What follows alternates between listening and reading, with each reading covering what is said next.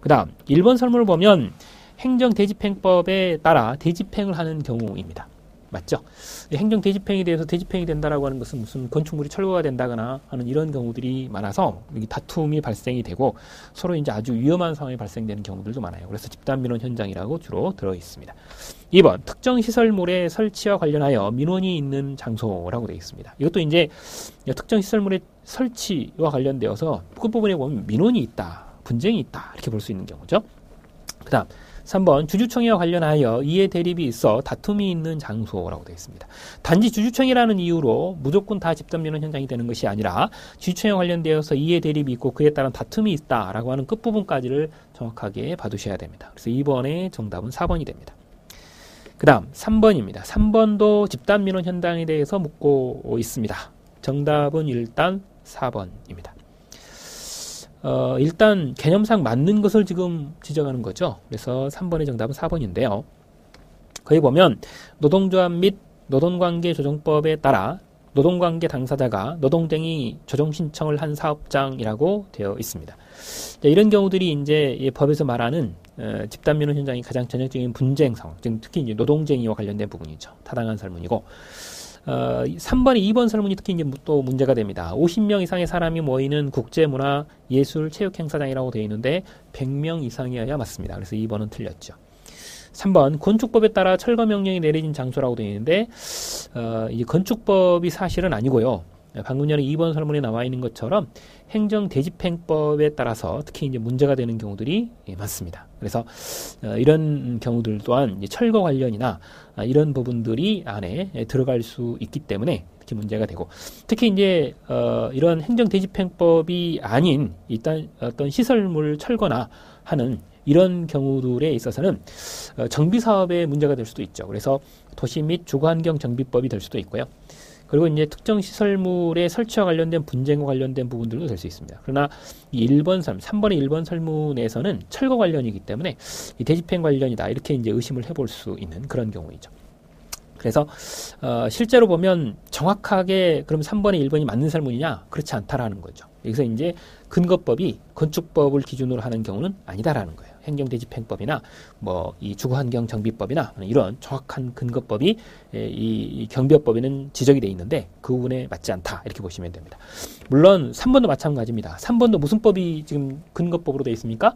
도시개발법이라고 되어 있는데 도시개발법은 지금 현재 집단민원 현장에 있어서의 근거 관련 조문이 아니다 이렇게 볼 수 있는 거죠. 그래서 3번이 정확하게 맞게 지금 소술이 된 것은 3번의 4번 설문입니다. 그 다음 4번 봅니다.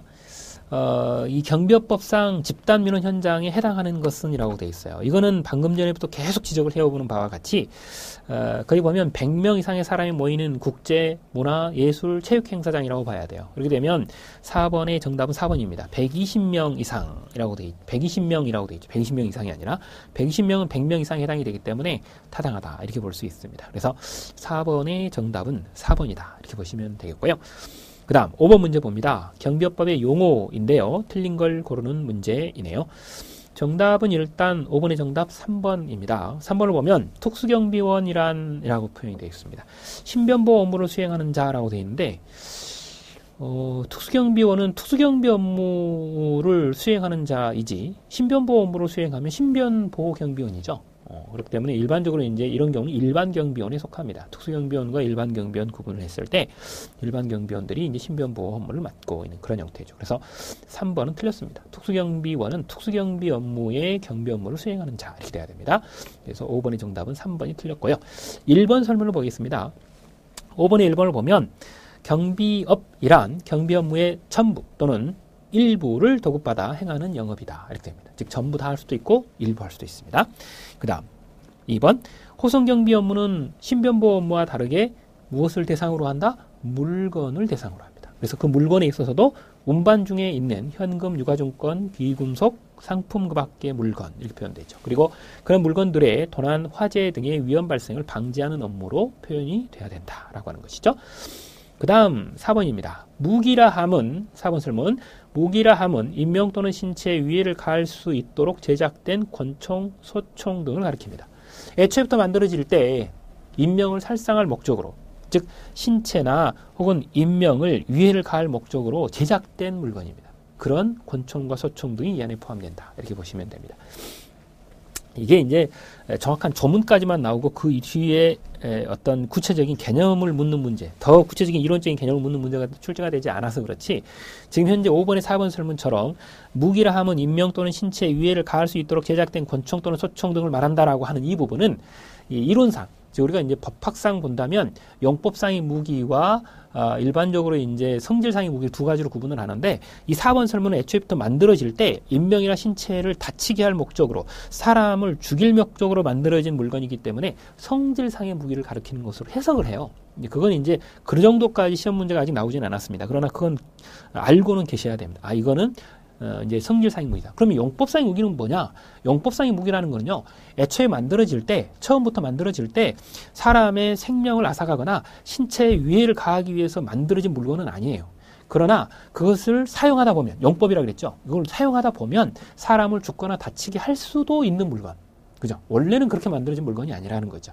이렇게 해서 두 가지를 구분하는데, 이 5번의 4번 설문은 성질상의 무기다. 이걸 여러분들이 잠깐 연필로 잠깐 써두시면 될 것 같습니다. 그러면 이해하기가 좀 편합니다. 여기서 이제 애초에부터 가할 수 있도록 제작된이라는 이 표현이 굉장히 중요한 것이고, 그 다음 끝부분을 보시면 권총과 소총이라고 되어 있어요.